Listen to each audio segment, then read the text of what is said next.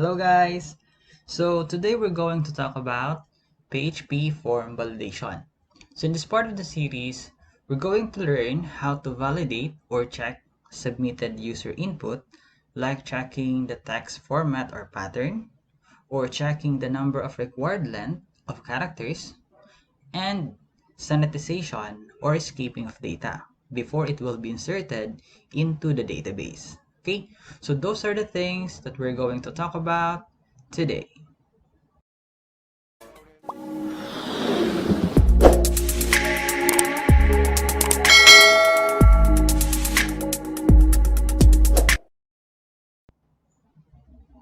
Okay, so what is form validation? Form validation means to check the submitted user input, like checking the text format or pattern, the number of required length of characters, or even sanitization or escaping the data. Okay, so there are two types of form validation. First, we have the client-side validation, wherein the validation is performed on the client machine web browsers using using JavaScript code or some built-in form validation using HTML5. So the other one is the server-side validation, wherein validation is performed after the form was submitted using a server-side programming language like PHP. Okay? So what is the main difference ba pagdating sa client side and sa server side validation? So basically guys, yung client side, as mentioned here, it is done on the part of client machine web browsers using JavaScript code and or some built-in form validation using HTML5. So what's the good things about using the client side validation is that once you submit the form, it automatically display some error messages kung meron man, or nababalidate agad using the browser, in the part of the browser pa lang. Okay, so there's no need to reload para lang ma-display yung mga error messages kung meron man. Okay, the bad thing lang kasi if we're going to implement yung client side lang is that yung client side, especially sa JavaScript code, pwedeng ma-turn off yung JavaScript sa part ng browser. So if that happen na ma-turn off na siya, then wala na tayong validation. Then what will happen if there are malicious users, then they can input some malicious data on our system that can compromise the entire process of our application. So hindi yan maganda. Same thing with the HTML5 kasi yung HTML pwede siyang ma-edit through browser temporarily. So once you edit that one, you can submit it. So hindi na siya na-validate. Okay? So that's the bad thing. So ngayon, let's try to know the server side. Yung server side, hindi siya matu-turn off ng browser. Okay? So always siya active. Ngayon, what's the downside naman? Kung hindi okay naman siya, hindi siya na-turn off. Okay? So the downside niya is that before ma-display yung page o yung error message, it will try to reload muna yung mga resources. So it start at the top part of the HTML document until to the bottom. Matapos lahat-lahat ng mga resources na ma-load muna before it will display the error message kung meron man. So that's the downside pagdating sa server side. Okay? So if you want to provide a better user experience for the user, I think mas mainam if you implement both. Kung hindi mo naman gustong implement both, at least kahit lang yung server side para safe tayo. Kasi dito na-turn off kasi siya sa client side. Okay guys, so in this part of the series, yung gagamitin natin is yung server-side validation using PHP. Okay? Okay, so proper validation of form data is important to protect your form from hackers and spammers. Okay? So it is important. Basically, this particular lesson natin ngayon is to give you an idea kung how it is important na magkaroon ng form validation sa mga form na gagawin natin. Okay? Okay, so validation rules. Okay, so we have here yung form natin and table for our validation rules. Actually, this form is coming from the previous videos natin about the PHP MySQL database. So, ito pa rin yung gagamitin natin ngayon for our samples. In this part, we're going to implement the validations, form validation, this particular form. Kasi currently, yung form dito, wala pa siyang validation before. So ngayon, implement natin na yung validation na before siya ma-store sa ating database, we're going to check kung may laman ba yung first name, yung last name, specifying that it is a required element or input field, and also the email. And also checking if yung email ba is a valid email address, like having an at saka yung dot symbol. Okay? So those are the rules na i-implement natin sa form natin later on. Okay guys? Okay, so before we jump to our coding part, let's try to answer this particular question muna. How to avoid server PHP self-exploits?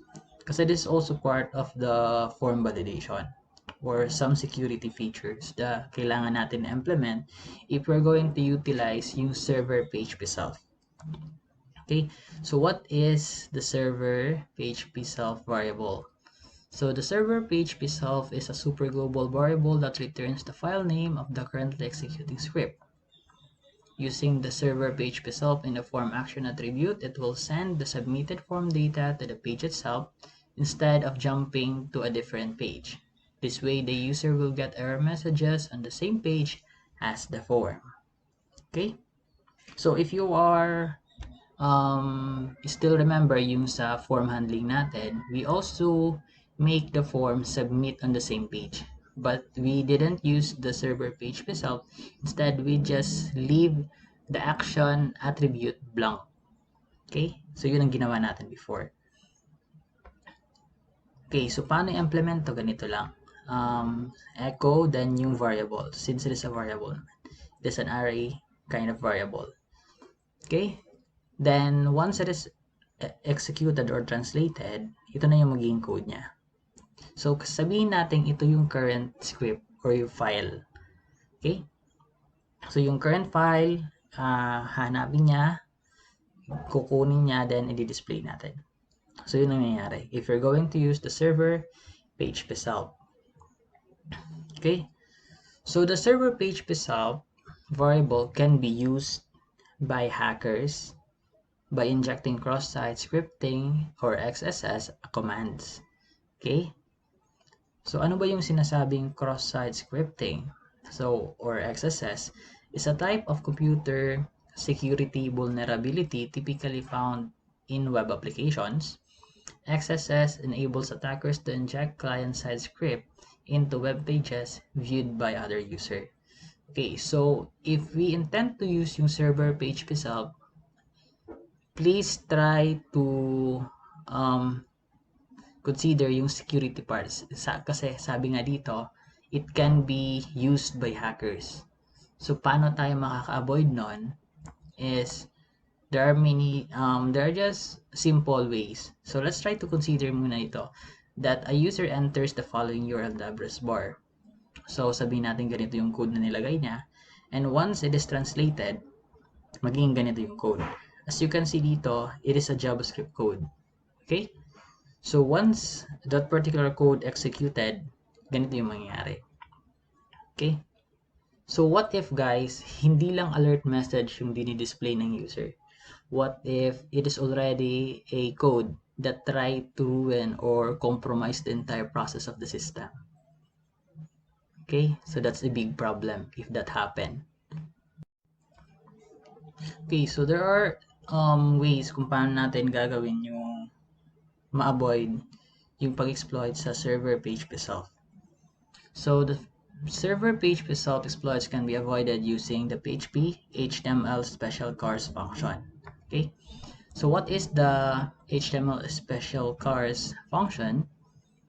The HTML special cars function converts special characters to HTML entities. This means that it will replace the HTML characters like less than and greater than with the ampersand LT or less than and ampersand GT or greater than. So this prevents the attackers from exploiting the code by injecting HTML or JavaScript code or the cross-site scripting attacks in a form. Okay, so how to do that? Ganito lang gagawin natin. We have this function here, and as a parameter or argument, ilalagay natin dito yung server PHP self. So once it will be translated, ito na yung magiging output niya. So it's not, hindi na siya katulad nung kanina na kung saan it is a JavaScript code. Ngayon, it's just simple na mga HTML entities. Okay? So, hindi na siya mag-execute as the JavaScript executable code. Okay? Okay, ngayon naman, let's try this codes on our sample codes para makita natin ano ba talaga yung nangyayari if we try to implement or if we try to put the malicious code in our address bar, then without having the HTML special char function implementing. Then, after that, let's try naman kung what if meron na HTML special cars nga function. Okay, so let me try to jump to my code muna para may pakita ko sa inyo ng mas maayos. Okay? Okay, so ito na yung code natin at nandito naman yung form natin. Okay? So, ang gagawin natin ngayon is maglalagay tayo dito ng yung PHP, yung server PHP self. Server PHP, it's capital self. Yan. Let's try to save that one. I-refresh natin. And let's try to view page source. And as we can notice, ito na yung nalagay. Which is, although wala siyang, kung titingnan natin yung URL, wala naman siyang index.php dito. Pero this is, since by default, di po ba, yung nangyayari kasi, since it is index, it is the default na pinaka homepage. Kaya this is the file na nagagather niya as index. Okay? So now let's try to make or to implement yung tawag nun, yung codes ng hackers, yung may JavaScript code. Okay, so I already have the copy of the code and implement natin siya dito. New tab ko na lang. Duplicate ko lang to. And palitan ko dito. So, yung ilalagay ko dito, this folder. Then, papalitan ko yung ito as the index.php. Yan. So, once that code runs, ito yung mangyayari. Yan. Diba? It runs the JavaScript code. Okay? So, tapusin lang, okay lang natin. So, tingnan natin kung ano nasa source code niya. Yung nasa source code na ito na. Okay? So, yun ang mangyayari, guys. If nilagyan ng ganon, we try to use yung server PHP self without putting the HTML special cars. So, na-exploit yung variable na to. So, ngayon, implement naman natin yung HTML special cars. Okay? Tapos, ilalagay natin dito. Yan. So, let me just try to copy this code. Refresh na lang. Ay, sige, okay. Okay. So, run muna natin. So, view page source. Ano yung makikita? Okay, ganito yung makikita natin. So, once we implement this code, tingnan natin what will be the result. Yan. hindi na-execute yung JavaScript code nito. If we try to view page source, makikita natin na na-translate na yung script tag into a HTML entities. Okay, so that's how we avoid exploiting the server PHP self variable. Okay, guys. So before, okay, so we didn't use any action. What will happen kung i-remove natin to? And tingnan natin dito, view page source tayo. So wala siyang action. Okay. So kung dito palitan natin yan, dito na lang para one page lang. So if we try to run this one, so hindi rin siya na-implement. Then view page source, so wala din dito nakalagay na script. Okay, so yung empty also work kasi hindi naman niya kinuha yung current URL, but it will submit to the current page.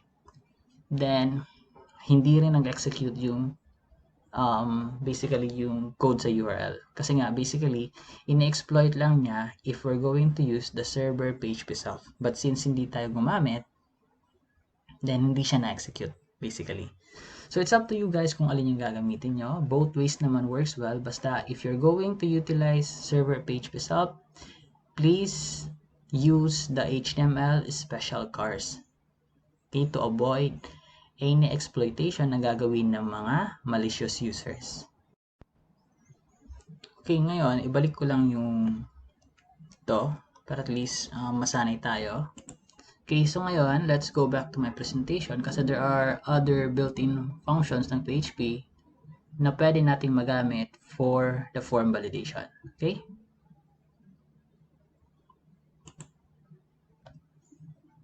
Okay, so PHP built-in functions to be used in validating form data.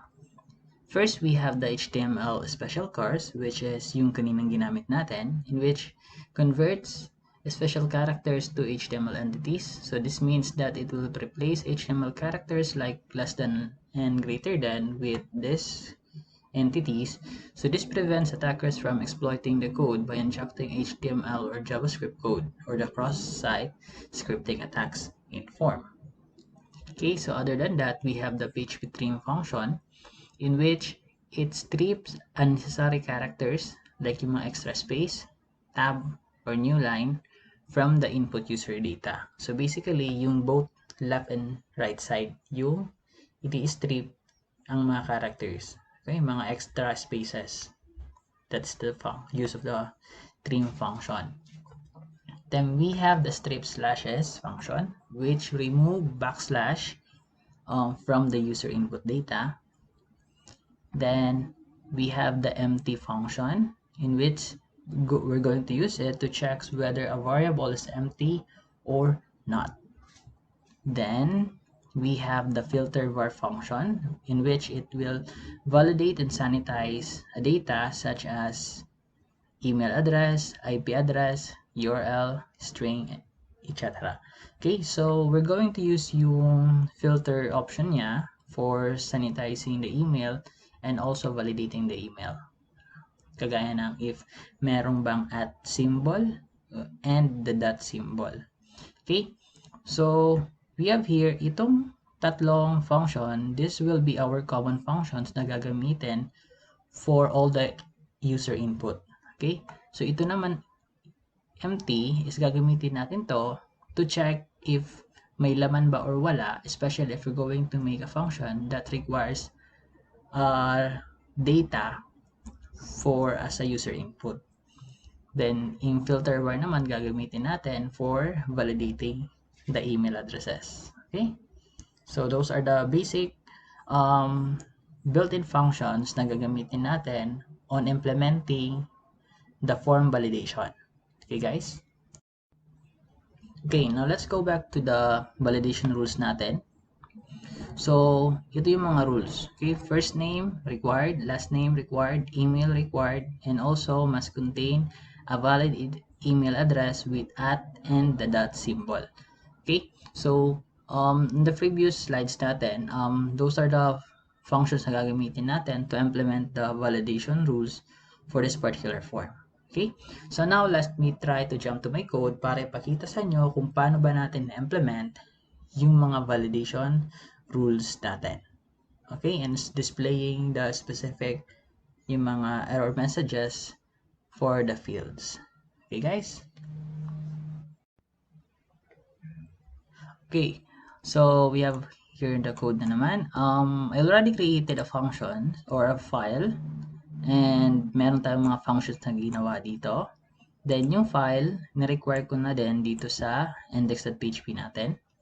Okay, so let me discuss muna itong validations.php natin. So in this first function, I name it as sanitize data, which is this is the common functions na gagamitin to sanitize all the user input. So I have here the trim to remove extra spaces for the left and right. Then we have the strip slashes, okay, to remove some unintended slash. Then we have the HTML special cars to convert any script or let's say sabihin natin mga illegal characters into some HTML entities lang. Okay? So dito naman, meron akong another function, the validate required data, wherein I try to call the function of sanitize data to make sure na malinis yung data natin. Then, i-check ko dito. If hindi siya empty, using the not here, if hindi siya empty, then i-return ko yung data. Otherwise, I will return false. So, why is that? May return false ako para if ever hindi masatisfy yung conditions natin dito, then pwede akong mag-display ng error messages that this particular field is a required field. Parang ganun. Then, we have here yung validate email data, wherein first, of course, I sanitize. Now, I try to check if empty. Kasi kung empty naman yung data, hindi ko na kailangan i-check kung valid email pa siya or something like that. So, I just return an empty string. Now, if may laman yung email, then I try to remove muna yung mga illegal characters using the filter bar and having the filter option of sanitize email. Then, dito na part, I try to check if yung email address ba na naka-provide is a valid email. Yung meron ba siyang at symbol or the that symbol.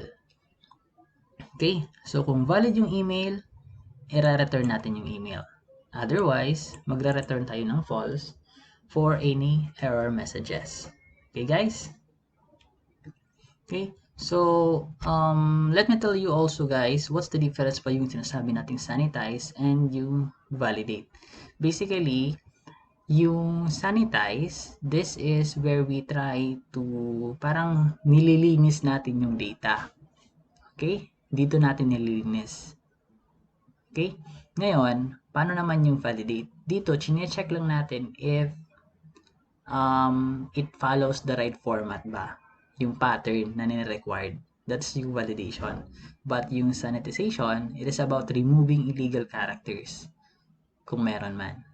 Okay? So, it must mainam. Before we store it in our database, we need to make sure that sanitized na siya and validated na siya. Okay? So, the good thing is that when it comes to saving it to the database, kasi we're using naman yung PDO, in which meron na siyang functionality for data sanitization part. Okay? So, no need to worry on that end. But before it will be submitted or will be stored, we also need to make sure na meron din tayo ang ginagawang pag-sanitize sa mga data. Para, it's better to have many na mga sanitization at saka validation. Okay? Para at least maging secure yung mga data process natin gagawin. Okay, guys? Okay? So, let's try those things on our form na itong mga function na ginawa natin. Okay? Okay, so in this part of our code, so as you can notice here guys, wala pa tayong masyadong validation. Yung ginagawa lang natin is that once we receive the data or after the form was submitted, we try to gather the data and store it in our database using this function. Okay, so if we do that and we try to submit without specifying, ito yung mangyayari. Wow, parang nasa-save siya, pero wala namang data. If we try to go to our PHP admin, our database part, so makikita natin na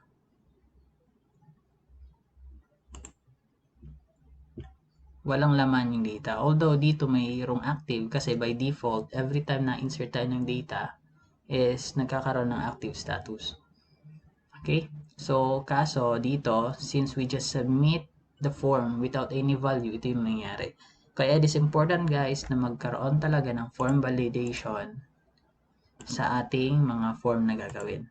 Kasi especially if yung mga data is important for further processes na gagawin natin for the system. Okay, so I just temporarily delete yung mga data natin para mag-empty naman siya.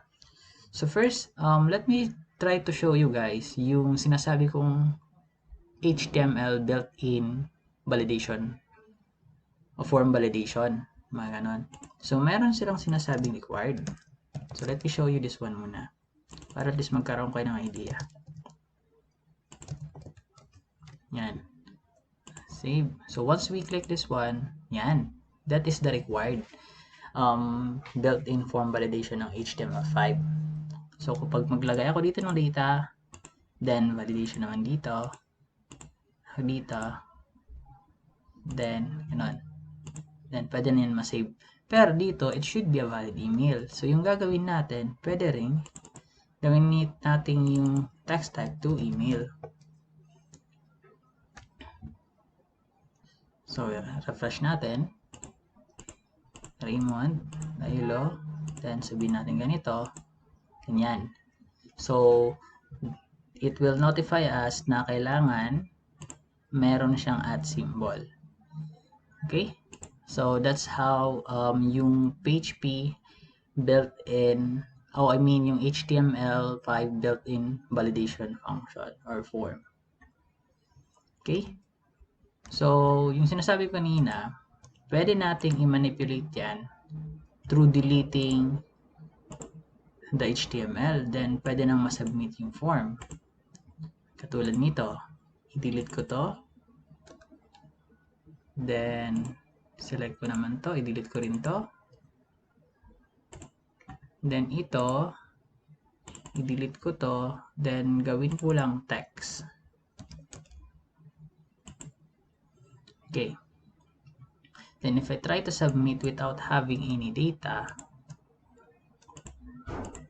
since na-delete ko naman sa browser yung mga HTML code, mga required built-in function, and I try to submit this one or save, yan. So as you can notice, nagkaroon pa rin ng data dito, ng blank data. So yun ang sinasabi ko kanina na okay lang siya if you want to have or to provide a good user experience in using your application, na madali yung validation niya, but it is important pa rin na meron tayong server-side validation. Okay? Kaya yung ituturo ko lang sa inyo guys ngayon is paano ba natin i-manage yung server-side. So ibalik ko lang yung kanina. Okay? Okay? Then let me try to remove yung mga data lang muna para fresh yung dito natin. Okay. Ngayon, ito na. So now let's try to implement na yung mga validation natin once the form was submitted. Okay? Okay.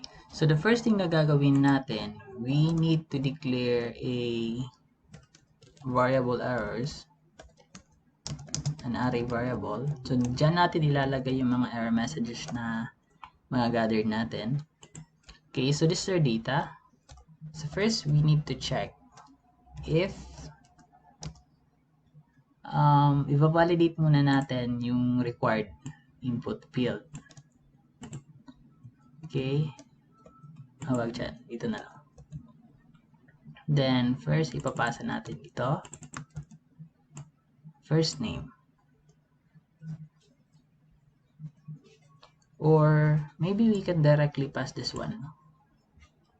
Ilagay natin dito. Then, ilagay natin dito. Para one line lang. Since required naman lahat ng input data natin. So, required data, automatically nakasanitize na rin yan. Ngayon, we're going to check. If the fname returns, ano yung requirement natin? Returns false kung walang laman. So, if it return false yung fname natin, so I use here 3 equal because I want to check also the data type of the return value. So, I use identical operator. So, if you're not familiar yet with this kind of operator, you can check my video about operators, PHP operators. Okay, so kung this particular return false, therefore may error siya, walang laman yung ftape. So yung gagawin natin, we're going to add data on our error variable. So ilalagay natin yung key name dito as the key. Para kung gusto man nating mag-individual display of error message, then we can do that. So let's say this using the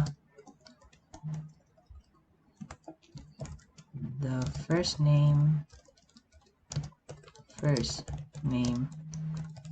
field is required. Okay.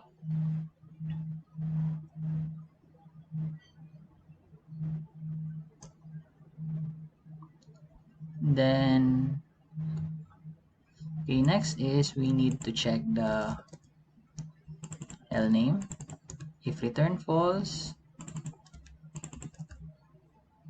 then lname, the last name field is required. Okay, then sa email naman,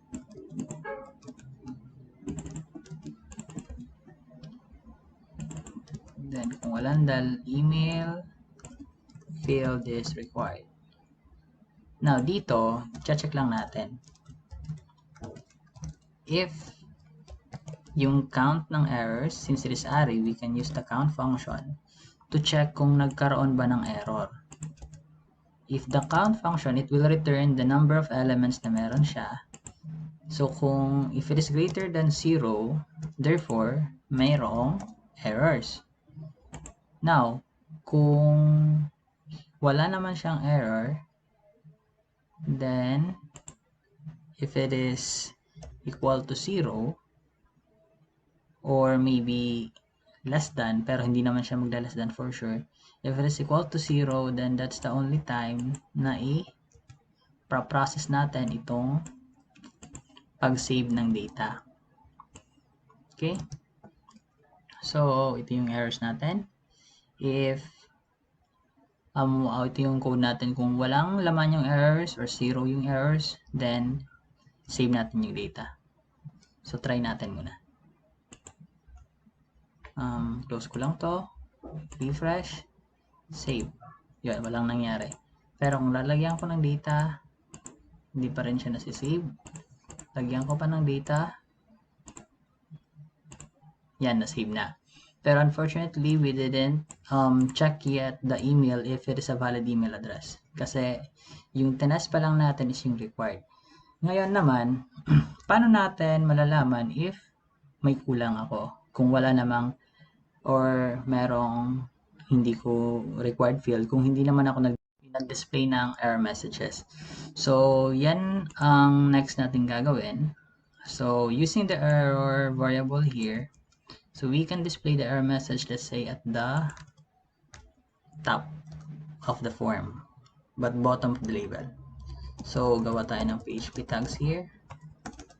Check lang natin. If this particular array is not empty, then therefore, we are going to display the error messages using the for each. So, yung value, itong key, kasi natin message. So, pwede natin i-echo to Sabihin natin message, then BR. Yan. Okay, let's try that one. Hindi tayo mag-input ng data. Refresh ko muna. Then save. Yan. Okay, first name field is required. The last name field is required. The email field is required. Pero kung maglagay ako dito, dalawa na lang. Maglagay ako dito, isa na lang. Pero, manonotice natin dito na nawawala yung data, no? So, later on, I will try to share you also, guys, kung paano ba tayo magkakaroon ng sticky form dito. Na kung saan, once we submit this form, nawala ditong mga data, dapat yung data dito hindi ma-remove. Okay? So, those are the things that I will try to share you later on. So, dito naman, gawin muna natin is that, let's say, lagyan natin ng text color para at least maganda siyang tingnan.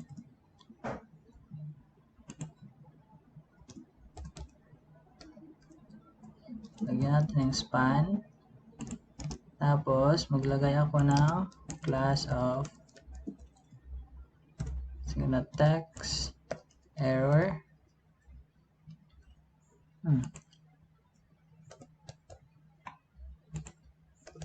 Yan na lang. Then, itong class, let's try to implement this one here. Then, lagyan natin ng color red. Refresh natin. Now, dito na lang. Submit. Yan. Color red na. Okay?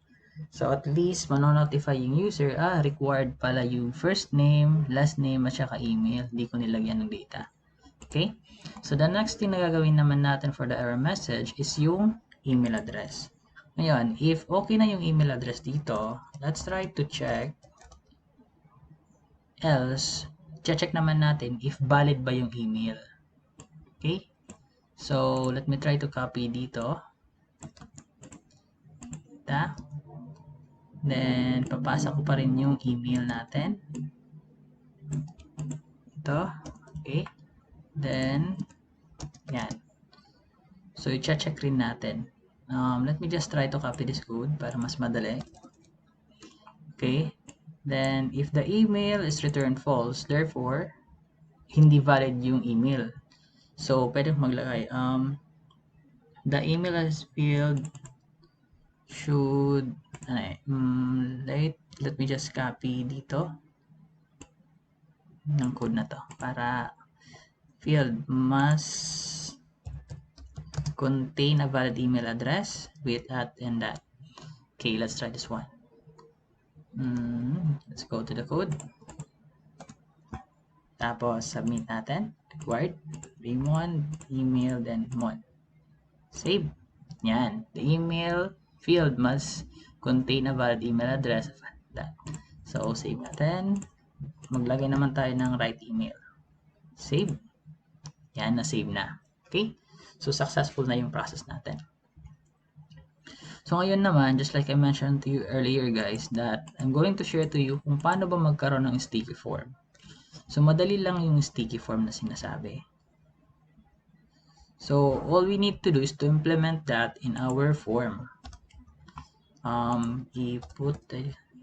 Ganun ko lang para at least madali yung pag-code. So, yung gagawin natin is to implement the code within the value attribute of the input.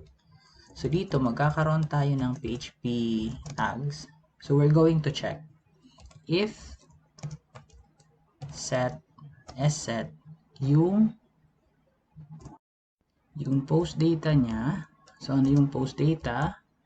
Basically, yung fname.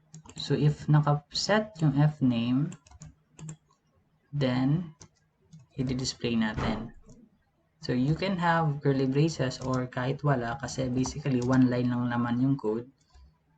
We can do that naman.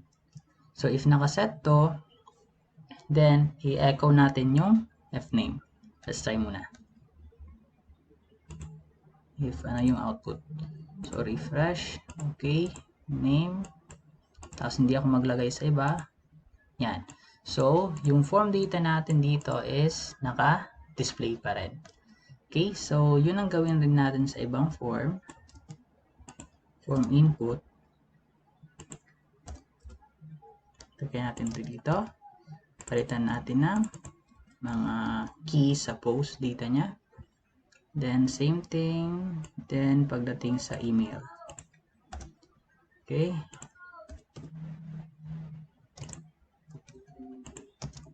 Okay, then email. Yan. Okay, so meron na tayong sticky form. Let's try those things. So, Raymond, sabi natin email. Okay. So, sabihin natin mali yung email na nilagay ko. Naka-display dito yung error message and naka-sticky form pa rin yung data natin. Okay, so lagay tayo ng tamang email na. Invalid pa rin kasi walang dot. Okay. Yan. So, na-save na yung data natin. Yan, as you can notice guys, nagkakaroon ng duplicate email dito, but it is for other process of validation. Actually, in making some user, you need to make sure as well that yung email is unique. Okay? So, that's the part na kailangan nyo gawin and kailangan nyo nang explore yung mga part na ganon. Okay guys? So, let's try to check kung okay na ba dito lahat. Okay naman. Dito, okay, it works. Ulitin lang natin. So, lagay ako na other email. Sabihin natin ganon, then save. Yan, na-save na yung data natin, which is dito. Okay, so, we're already done with our form validation. Okay, guys? Okay, so, I think that's it guys. So I hope you learned something new today guys regarding our particular lesson today, which is about the PHP form validation. So basically we had learned on how it is important to have a form validation on our form na mga gagawin sa mga web application natin. How to avoid yung server PHP self-exploits. Okay, we also learned that one. Then yung mga functions, built-in functions that we can use in terms of making some form validation and also sanitizing yung mga data natin. Then, I also share to you yung paano ba tayo gagawa ng sticky form na sinasabi. And also the two types of form validation, which is the client-side validation and the server-side validation. Okay guys, so those are the things that we have learned in this particular part of our series guys. So I hope it gave you a clear idea kung paano ba tayo gagawa ng mga form validation in the near future. So you are not limited naman guys for the thing na na-share ko sa inyo. If you can find something much better, then you can implement. Okay, so the main goal lang naman ng lesson natin ngayon is that for you to have an idea on how it is important on having or validating data coming from the user. Okay, so those are the things that we had learned so far. Okay, so I think that's it. So just like I always say guys, just keep practicing and never stop learning. Thank you for watching guys, and goodbye for now.